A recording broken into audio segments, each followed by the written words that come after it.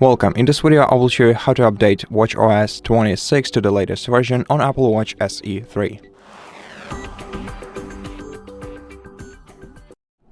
First of all, make sure that your device is charged.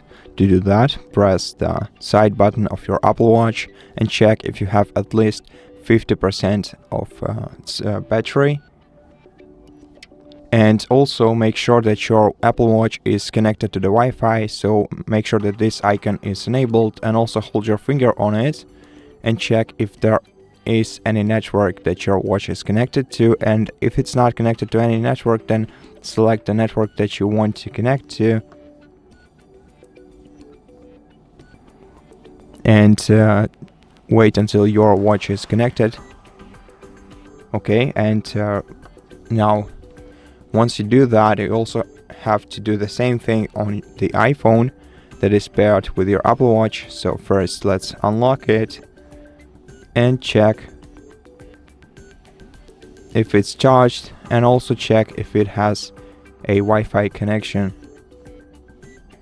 Okay, so once the preparations are complete, press the digital crown to open the apps list, and then find the settings menu on your Apple Watch, open it, scroll down to general and go right here, then check software update and wait until your Apple Watch checks for available updates. And if there are any update available for you, then you have to scroll down to the bottom of the page and then tap on install.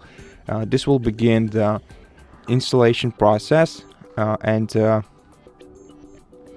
after that, you're just gonna need to wait until the update is downloaded first on your Apple Watch and then installed.